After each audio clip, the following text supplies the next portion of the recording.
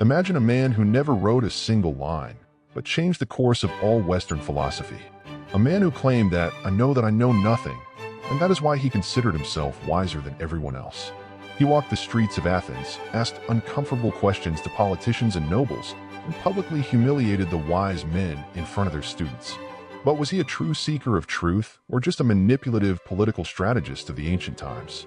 After all, he worked closely with some oligarchs and tyrants, and yet he was sentenced to death for corrupting the youth and disrespecting the gods. Moreover, 501 judges ruled that he had to carry out his sentence himself. So who was he, a sage or a provocateur? Let's find out.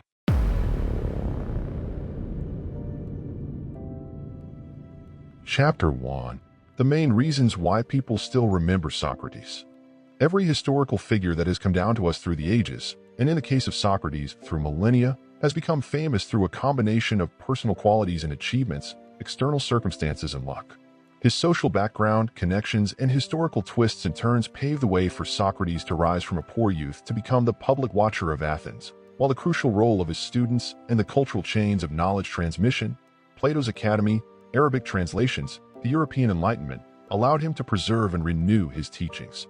Socrates was born into a family of a simple mason and a midwife, and therefore did not have aristocratic status, but this is what made him seek knowledge outside of traditional circles. During the Peloponnesian War 431 to 404 BC, he served in three major campaigns: Potidaea, Delium, and Amphipolis, and earned a reputation as a fearless hoplite with exceptional fortitude and self-control. He served as an ordinary infantryman. Unlike Aristotle, who came from a wealthy family and served with the sons of kings. If Socrates had died on the battlefield, we would never have learned about his philosophy. His resilience in early battles was a key element of luck. During the Peloponnesian War, there was a case when Socrates saved the life of Alcibiades, a commander and prominent figure of his time. Years later, Alcibiades saved Socrates near Delphi. This mutual assistance strengthened his status among the nobility. Thanks to this acquaintance with the commander and orator Alcibiades, Socrates was able to become a great philosopher. It is ironic that the tragic death of Socrates is also connected with his relationship with Alcibiades. But more on that later. Returning to Athens, amid social and political upheavals, the overthrow of democracy, the regime of the 30, the restoration of democracy, Socrates had a chance to become a recognized philosopher and gather students around him, despite his humble origins, oral tradition, and the role of his students. Socrates did not write down his thoughts as a matter of principle. He believed in live conversation as the only way to the truth. Therefore, the entire body of his philosophy has been preserved only through Plato's and Xenophon's dialogues. The most important student of Socrates was Plato, a member of a wealthy and influential family who founded the Academy, which lasted for almost 900 years, from 387 BC to 529 AD, and became the center of rewriting and dissemination of Socratic ideas. If Plato had not had sufficient resources and status, Socrates' philosophical work would not have come down to us in such a volume. Socrates was a rather eccentric man of his time. His simple clothes, indifference to personal hygiene, and ironic wit emphasized his low-key lifestyle and exacerbated his role as the social gadfly of Athens, endlessly challenging the complacency of the elites and forcing citizens to confront the ethical failings of the consumerist cult and pride. This striking public image, an unkempt, barefoot philosopher boldly ridiculing those in power, captured the imagination of the people and ensured that rumors of his eccentricities spread widely. Socrates' death also added to his fame. See the next chapter for more on his trial and the details of his execution. The dramatic death, coupled with the subsequent restoration of democracy and the veneration of later philosophers, ensured that Socratic ideals were maintained as pillars of civic virtue and philosophical integrity. After the fall of the Western Roman Empire for 76, and the closure of the Academy in 529 by Emperor Justinian, classical works, including Plato's dialogues, survived only in Arabic translations and commentaries by scholars in Baghdad and Cordoba. Arab scholars, Avicenna and Al-Farabi, valued Socrates as a moral authority and incorporated his teachings into schools of medical, philosophical, and legal studies. In the 12th and 13th centuries, the texts of Plato and Xenophon returned to Latin through Spanish translations and schools of scholarship. Philosophical dialogues, in particular the Apology, once again attracted the interest of the intellectual elite. During the Enlightenment, 17th to 18th centuries, Socrates became a symbol of critical thinking, and his method of dialogue inspired Voltaire, Rousseau, and Kant to reflect on freedom of conscience and civil rights. Thus, the combination of his unique method, charismatic personality, political martyrdom, the patronage of his disciples, and historical circumstances made Socrates an unprecedented symbol of philosophical research that is still revered today. Chapter 2. Interesting Facts about Socrates. Top 10 Most Interesting Facts about Socrates. 1. Socrates served as a hoplite in the Peloponnesian War. He fought in the battles of Pothidia, Delphi, and Amphipolis, earning a reputation as a fearless soldier and a prisoner of endurance. 2. He had a divine inner voice, the daimonion. Socrates claimed that since childhood he had heard a voice that distracted him from wrongdoing, but never gave him direct instructions. 3. He never wrote down his thoughts. Everything has come down to us thanks to his students. Socrates avoided writing on principle, so we know his teachings only from the works of Plato and Xenophon. 4. His method is still used in world universities and courts. The Socratic method, Elenchus, a series of leading questions to find contradictions, remains the basis of pedagogy in law schools and philosophy seminars. 5. He never took a fee for teaching. Unlike the sophists and many modern gurus, Socrates did not ask for any remuneration from his students. 6. He had a scandalously famous wife, Xantippus. Plato jokingly describes her as the most difficult of all wives, which provoke many jokes about their quarrels and screams. Here are a few of these stories that demonstrate how the philosopher's sharp intellect was combined with his patience and sense of humor in domestic conflicts. After training in the Attic Palestra athletic facility, Socrates invited his friend and student Euthydemus home. His wife, furious that Socrates had returned with a guest, poured a full pitcher of water on him. Instead of quarreling, Socrates only quietly remarked to his friends, "Didn't you see that bird yesterday that landed on the doorstep and poured a puddle on us?" This comparison made it clear that Xantippe was no worse than nature. Just as the wind or the bird were not to blame for the falling rain, his wife was not to blame for her reaction. Symbolism of history. Humanism and patience. Socrates showed that wisdom is the ability to remain calm even when a loved one protests. The Socratic method. Instead of condemning, he presented the situation in a new light, asking the audience a different question. Is Xantippe's action something inevitable like rain? Social context. In the patriarchal society of ancient Athens, this answer looked radically equal, recognizing a woman's emotions as natural as the wind or rain. Additional curiosities. According to some legends, Xantippe was so angry with Socrates that she trampled on a cake sent to him by their friend Alcibiades. Diogenes of Laertes tells us that she emptied a nightly jug of feces on Socrates' head, but he called it merciful rain. These stories show how Socrates turned conflict into dialogue, applying his philosophy even in his closest environment. Xantippe's witty, humane response to the storm of emotions became a symbol of higher wisdom, combining understanding of human nature and self-control. 7. He was tried for ungodliness and corruption of the youth. In 399 BC, 280 of the almost equals 501 jurors found him guilty of not recognizing the Athenian gods and corrupting the youth. 8. His political ties to Alcibiades and the 30 tyrants played against him. His proximity to Alcibiades, responsible for the Sicilian disaster, and the oligarchic disciples led to suspicions of sympathizing with tyranny. The Sicilian disaster was as follows. In 415 BC, a large Athenian fleet under the command of 3 strategists, Alcibiades, Nicias, and Lamachus, sailed for Sicily. After the departure of Alcibiades and the death of Lamachus, Nicias unwittingly found himself the sole commander of an operation he was against and did not believe would succeed. The main event of the expedition was the siege of Syracuse, which Nicias led unsuccessfully for about 2 years. For quite a long time, Syracuse was on the verge of defeat, but the arrival of a Spartan detachment under the command of Hylopas turned the tide of hostilities. In 413 BC, the Athenian army was defeated, and its commanders, Nicias and Demosthenes, were executed. 9. He could have escaped from Athens, but he refused and drank the cicuta. Socrates did not violate the laws of the city and refused to escape, executing the sentence. His death was a slow paralytic one from drinking the cicuta poison. 10. He lived very modestly and promoted simplicity. Socrates partly worked as a mason, wore a simple cloak, and despised material goods, emphasizing that happiness lies in the moral life, not in wealth. Chapter 3. Socrates' contribution to science, culture, and civilization as a whole. Socrates left an enduring legacy in three main areas: science, philosophy, and culture. His most significant contribution is the Socratic method of critical dialogue, Elenchus, which explores concepts through a series of questions and refutes contradictions. This approach laid the foundation for Western logic, pedagogy, and legal education, and inspires modern practices from psychotherapy to corporate training. Socrates is the founder of Western philosophy. He initiated the transition from the study of natural phenomena, pre-Socratics, to ethics and moral philosophy, putting the question, what is virtue, at the forefront. The Socratic method of questioning was a breakthrough of its time, which is still used today. The essence of the method is a series of leading questions that reveal contradictions in the interlocutor's judgments, leading to impasse and stimulating the search for truth. Here is a classic ancient example of the Socratic method.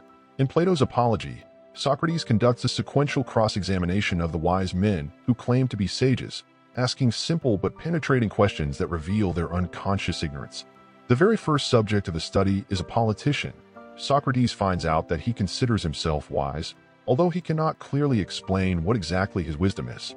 The key questions lead to a contradiction.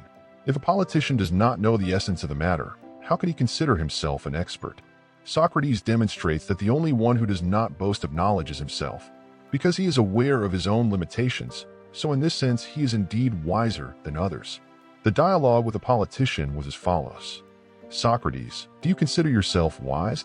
Politician, yes, because I understand the affairs of the state. Socrates, what exactly do you know that others do not? Politician, first of all, I have been in charge of city affairs and have experience in leadership. Socrates, can you explain what justice is? Politician, well, it's when everyone gets what they deserve. Socrates, and what exactly does, according to merit, mean? What are the signs of merit? The politician is left without a clear answer because he does not have a clear definition. Socrates then draws an analogy with horses.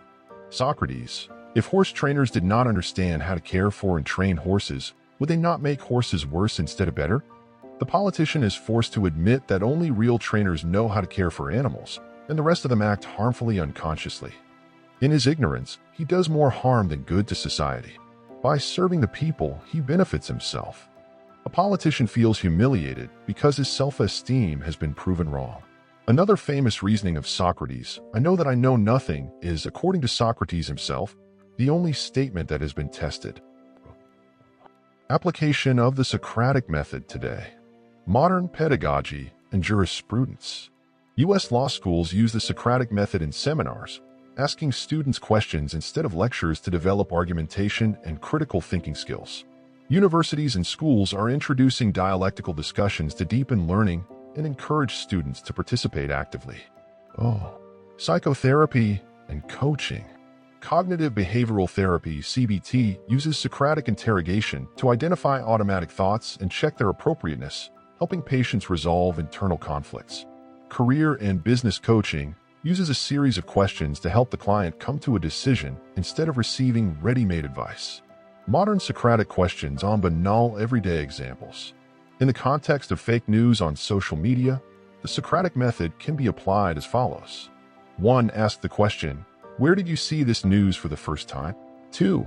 Who is the source? 3. Do other independent resources confirm this information? 4. If you were an opponent, what arguments would you make? This helps to refute disinformation not through a direct argument, but by identifying logical gaps in the opponent's statements. At first glance, it looks simple and trivial. However, 2/3 of people do not even use such an analysis, but rather consume the information they like to consume. Another modern example of the Socratic method. A controversial topic about social media. Let's imagine that someone claims that all young people today are on their phones and are becoming helpless. Let's apply the method. Question 1. Do you mean all teenagers or just kids of a certain age? Question 2. How do you measure helplessness, by lack of social skills or by other indicators? Question 3. If helplessness is bad, what improves social skills? Do you personally improve your social skills, and how does it work for you? Question 4. Is this method of yours suitable and effective for all people? Question 5. Are there any examples of young people who have become socially active due to other factors? Through these questions, the initiator discovers that the statement is too generalized. The concept of helplessness has no clear criteria. There are many exceptions, young influencers, content makers, bloggers, that refute the initial idea. As a result, the discussion moves from mutual accusations to a concrete analysis of causes and a search for a solution, a classic demonstration of Socratic elenchus. Socrates' contribution to culture. He affirmed the idea that an unmeaningful life is not worth living, a call to continuous self-knowledge that became the cultural leitmotif of his era. He acted as a public cucumber that prevented society from being satisfied with superficial knowledge, paving the way for a culture of critical thinking and civic education. Influence on literature and art. The image of Socrates appears in tragedies, comedies, Aristophanes, and artistic reconstructions of his trial and death. He became a symbol of sacrifice for the idea of freedom of thought. Socrates left no written source, but his method of dialogue, ideas about ethical living, critical thinking, and open dialogue live on in the structure of modern education, law, therapy, and everyday argumentation. His legacy is not primarily an accumulated scientific base, but a way of thinking that shapes a civilization capable of questioning its own beliefs and evolving. Chapter 4: 10 Main Ideas of Socrates that are false or absurd. What was he wrong about? Although Socrates laid the foundation for European logic, ethics, and pedagogy, some of his key beliefs are considered by modern science and society to be either unfounded or simplistic to the point of absurdity. Below are 10 such ideas with brief explanations and modern counterexamples. 1. Moral intellectualism. Knowledge is enough for virtue. Socrates argued that no one does evil intentionally, because evil comes from ignorance. If a person knows what is good, he or she will do only good. Contradiction. Modern psychology proves that emotions, instincts, and unconscious biases often outweigh logical knowledge and lead to morally questionable actions, even if a person is well aware of the consequences. 2. Daimonion. The divine inner voice is a guide to action. Socrates believed that his daimonion, an indefinable divine essence, always warned him against mistakes. Contradiction. Today, such inner voices are explained as subjective, intuitive processes of the brain, without a divine origin. Relying on such feelings is a risky practice without a scientific basis. 3. Anti-democratic views. Only experts should have power. Socrates believed that not all citizens are capable of ruling, and that only wise men should decide the fate of the state. He believed that oligarchs manipulate public opinion with the illiterate majority, and as a result, criminals rule, not wise men. As a result, society turns into a tyranny. Contradiction. Modern democracy is based on equal voting rights. Empirical studies show that participation of the general population is an important safeguard against corruption and authoritarianism. 4. Refusal of writing, live dialogue instead of text. Socrates did not write down his discussions on principle, considering oral conversation the only form of knowledge. Contradiction. Without written sources, even powerful ideas are lost. Modern science proves that writing down and critical editing of texts is the key to accuracy and cumulative development of knowledge. 5. The concept of virtue as a whole. Socrates believed that all virtues, wisdom, courage, temperance, etc., are the same knowledge. Contradiction. Modern ethicists and psychologists separate different aspects of morality. Imperfection in a particular virtue can exist independently of the knowledge component. 6. Determinism of the mind. Emotions interfere with cognition. Socrates downplayed the role of emotions, arguing that true wisdom comes only from rational analysis. Contradiction. Today, it is known that emotional intelligence and effective reactions play a key role in decision-making, and ignoring feelings can lead to ineffective or harmful actions. 7. Unity of truth. One universal answer to every question. Socrates sought clear, universal definitions of concepts, e.g., obedience, virtue, believing them to be unchangeable. Contradiction. Modern linguists and philosophers of language emphasize that the meaning of words and concepts depends on context, culture, and time. Universal definitions are false. 8. Ignoring empirical knowledge. The priority of logic over experience.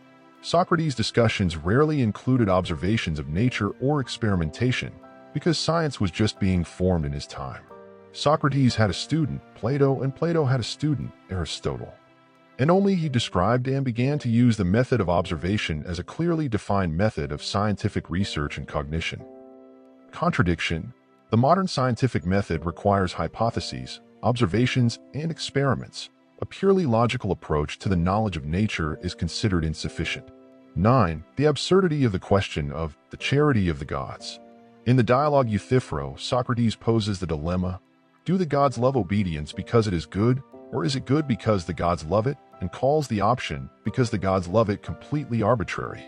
Controversy. Although the philosophical dilemma is influential, some contemporary theologians and cultural studies scholars consider it too simplistic, as the concepts of divine will and goodness are multifaceted in complex religious systems. 10. The idea that a life without meaning is not worth living. Socrates proclaimed that life without self-reflection is not life. Contradiction. Modern psychology shows that too much introspection can lead to anxiety and depression. A balance between action and reflection is more important than constant analysis. Chapter 5. Did Socrates need modern psychotherapy? From the perspective of modern academic cognitive behavioral therapy, CBT, some of Socrates' central beliefs can be classified as cognitive distortions. His bias toward rational intellectualism reflects dichotomous, black and white thinking. His claim to a single universal truth is a generalization, and his belief in a divine inner voice is an example of magical thinking. Additionally, Socratic belief that knowledge automatically leads to virtue ignores the crucial role of emotions and context, which in modern psychology is perceived as an underestimation of the influence of affective factors. These distortions can still lead to an incomplete understanding of human behavior and emotions today. Socrates often divided the world into clear poles: white, ignorant, honest, dishonest, and believed that a person cannot commit an immoral act if he or she knows it is evil. In CBT, this corresponds to the cognitive distortion of all-or-nothing thinking, a tendency to see things only in extremes without intermediate options. Modern research shows that most behavioral and emotional problems arise from ignoring nuance and context in assessing situations. Here are examples of cognitive distortions and dysfunctional biases that Socrates could have worked on with a modern, qualified psychotherapist. 1. Dichotomous, black and white, thinking. Socrates often divided the world into clear poles: white, ignorant, honest, dishonest, and believed that a person cannot commit an immoral act if he knows it is evil. In CBT, this corresponds to all-or-nothing thinking, the tendency to see things only in extremes without intermediate options. Modern research shows that most behavioral and emotional problems arise from ignoring nuance and context in assessing situations. 2. Overgeneralization. Socrates' statement that no one does evil intentionally generalizes complex motivation to a single factor: ignorance. In CBT terms, this is overgeneralization, drawing a large conclusion from one or more cases. It is now known that people can act contrary to what they know because of emotions, stress, or social pressure. 3. Magical thinking. The belief in daimonion, the inner voice of divine origin, is close to magical thinking, when a person attributes a supernatural connection to events without evidence. Modern psychology interprets such phenomena as intuitive cognitive senses, but without a divine context, and warns that extreme forms of magical thinking can contribute to mourning or obsessive disorders. 4. Underestimation of the role of emotions. Socrates believed that true knowledge is self-sufficient for right action, ignoring the influence of emotions, motivations, and subconscious processes. This corresponds to modern emotional reasoning, a misconception where people ascribe more power to intellectual knowledge than to emotions. CBT emphasizes that intelligence and emotions interact in a complex way. 5. Categorical thinking in terms of virtue and labeling. The idea that all virtues are the only knowledge reflects labeling, a tendency to categorize complex phenomena under a single label. Modern experts call this oversimplification, because different virtues have separate psychological mechanisms and motivations. 6. Absolute definitions of concepts. The desire for universal, unchanging definitions, what is justice, can lead to a mental filter, the selection of only those facts that fit the concept and ignoring everything else. Modern research in linguistics shows that the meaning of words is shaped by context and culture. 7. Ethical intellectualism.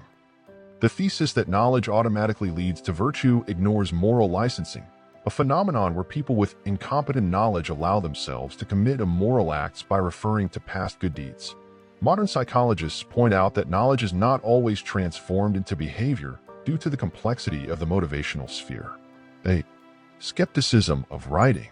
The refusal to record thoughts in writing is similar to confirmation bias, ignoring data that does not support one's own theory, as Socrates automatically considered the oral form superior to the textual one.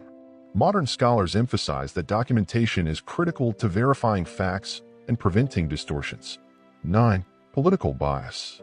The connections with the oligarch students, Alcibiades, Critias, show in-group bias, the tendency to trust and support the opinions of one's circle, even if they contradict the democratic process.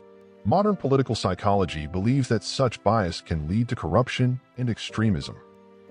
Lethal protest as an extreme philosophy. The Socratic refusal to escape and acceptance of the death sentence reflects catastrophizing, a perception of the worst-case scenario as the only option, even though one had a chance of escape. The CBT warns that this approach can lead to destructive consequences when people choose extreme solutions instead of looking for alternatives. A brief conclusion on Socrates' psychotype. From the perspective of modern cognitive behavioral therapy, CBT, Socrates exhibited a number of cognitive distortions: dichotomous thinking, generalizations, magical thinking, underestimation of the role of emotions, and catastrophizing. His intransigent, black and white position played a key role in his refusal to escape after the sentence, which led to his death, but at the same time, it was this very uncompromising attitude that shaped the myth of the philosophical martyr and ensured the enduring influence of his ideas. In the case of Socrates, there is a paradox of a great legacy. It is as follows. Without his unshakable belief in absolute virtue and his willingness to die for his principles, society would hardly have called Socrates a martyr to wisdom. It was his cognitive distortions that created the image of an uncompromising philosopher who undermined the authority of Athenian democracy and became a symbol of freedom of speech. Thus, the philosopher's cognitive distortions and psychological deviations were, on the one hand, the reason for Socrates' immortal greatness. On the other hand, they were the cause of his tragic martyrdom. On the third hand, he lived for 70 years, which, even by today's standards, is not so short for a man. Chapter 6. What were Socrates' political and ideological views? In the Republic, Socrates argues that in a democracy, it is not the most talented who rule, but those who claim their rights the loudest. He calls democracy a ship of fools. At the same time, in his dialogue with Glazin, he classifies democracy as the fourth best form of government and praises political equality, but points out its excesses and the ignorance of the crowd. Socrates advocated the idea of an aristocracy of sages, the rule of philosopher-king, who were able to know the truth and establish justice, rather than crowd leaders who were talentless populists. In terms of his economic ideas, he was neither a socialist nor a capitalist. Socrates did not engage in trade, lived modestly, and believed that the pursuit of wealth distracts from the truth. In the politics, he criticizes merchants and artisans, hinting that commercial activity is inferior to philosophy and public service. In the political struggle of the Athenian elites, Socrates became a convenient ideological fool. His image as a moral critic was used to justify their own interests, and his death was turned into a massive act of purification of society. Socrates was in close contact with many members of the regime of the 30 tyrants, 404 to 403 BC, including his student Critias and friend Alcibiades. This closeness gave the oligarchs a favorable philosophical facade, the thesis of the power of the best, while distracting from their brutal actions and confiscation of citizens' property. Alcibiades used Socrates' reputation to legitimize his own ambitions. When Alcibiades was suspected of profaning the mysteries of the Eleusinian mysteries, his defense was presented through Socrates' philosophical arguments as a moral support for other people's shrines. At the same time, other politicians presented it as a threat to state traditions, creating a demand for a favor from Socrates as a bridge between elites and the people. In 399 BC, Athens suffered a war defeat, a plague, and internal strife. Instead of dealing with the real causes of the crisis, the democratic elites made Socrates a scapegoat and blamed him for their failures, accusing him of corrupting the youth and blasphemy. This allowed them to divert attention from their own guilt and to act as defenders of traditional values. René Girard described a peculiar theory of sacrifice in the art of public policy. The death of a martyr temporarily stops social conflicts and heals the community. After his death, Plato, a representative of a wealthy family, turned Socrates into a cult hero through the Pachydatily and the Republic, forming the myth of the perfect martyr and anti-democrat. Subsequent elites, such as the Emperor Justinian, simply banned the sect of the Platonic Academy, but the image of the martyr worked to unite pro-imperial sentiments ideologically. Thus, Socrates was largely an ideological fanatic with significant congruent disorders, who was used by the elites as a useful fool. Everyone used him in accordance with their own goals. Everyone benefited from such a strange Socrates for the time being. And when it became profitable to kill him and make a whole play out of it, it was done. The trial of Socrates was made into a show, gathering 501 judges. During the vote, 280 votes were cast for against 221 against the death of the philosopher. This is despite the fact that the charges themselves were vague and incomprehensible, even to the accusers. And already in 2012, a symbolic retrial of Socrates took place. The trial, which was held in the hall of the Athens Onassis Foundation, was attended by 10 lawyers from Greece, Great Britain, Switzerland, France, and the USA, as well as 866 spectators who played the role of jurors. 584 jurors voted for pardon, 282 against. As a result, the philosopher was acquitted. The philosopher had already died 2,412 years ago, and someone still organized this trial. For what? In order to gain publicity, earn money, and privileges. Time passes, but people don't change. They have fun, bread, spectacles, and finding the culprit in a situation where it is necessary to do so to let off steam in the crowd. Chapter 7. How did he treat women, and what did he say about them? Within the framework of philosophy, Socrates advocated for equal educational opportunities for women and men in the shores of the state, but at the same time consider them physically weaker and primarily destined for childbearing and caring for children. In the Republic, Book V, Socrates insists that women should be taught music, gymnastics, and military skills on par with men, as the difference is only in physical strength does not justify their exclusion from civic duties. At the same time, he notes that pregnancy and childcare make it impossible for women to participate in military or public debates for a certain period, so their involvement will inevitably lag behind men in length of service. In the Republic, the abolition of private marriages among the ruling class is also discussed. Wives and children should be communal to avoid conflicts of interest and ensure political unity.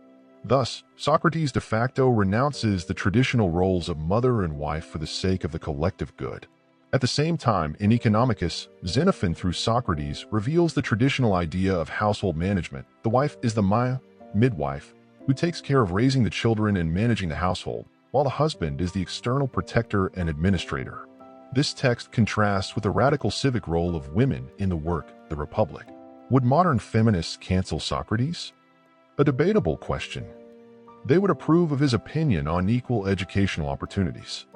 They would critically assess his biological essentialism and the lack of rights in the private home, shared marriages, children. His views would be defined as limited patriarchal humanism, more advanced than the sophists, but still far from the modern understanding of gender equality. Thus, Socrates is an icon of partial emancipation, but at the same time, he embodies ancient views that will not pass a critical feminist audit entirely without sanctions. Chapter 8. The Generation of Artificial Intelligence. Who would Socrates be in the 21st century? The current Socrates, in the modern political landscape, would be a complex, multifaceted figure.